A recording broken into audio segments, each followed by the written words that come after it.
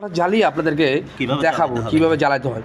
প্রথমেই আলহামদুলিল্লাহ কিছু লাঠি ভিতরে প্রবেশ করে দেওয়া হয়েছে, আর লাঠিগুলো খুবই ছোটো আকৃতির হবে। আর এরপরে সচরাচর যেখানে আমরা যেটাকে আমরা দূষণীয় মনে করি পলিথিন, ওই পলিথিনটা আমরা ভিতরে দিয়ে ওটাকে আগুনের ভিতরে প্রবেশ করাইলাম। এরপর কিছু লাঠি আবার প্রবেশ করানো হয়েছে। এখন আলহামদুলিল্লাহ আমরা বিসমিল্লাহ বলে আগুনটা শুরু করে দেব। দেখতেছেন আমরা আগুন জ্বালানো হচ্ছে। হ্যাঁ, এখানে আগুন জ্বালানো হচ্ছে বিসমিল্লাহ। এই আগুন প্রবেশ করানো হচ্ছে বিসমিল্লাহ বলে আগুন প্রবেশ করে দেওয়া হয়েছে। হ্যাঁ, তুমি একটু কাগজ নিয়ে আসো না বাবু, এটা থাকি।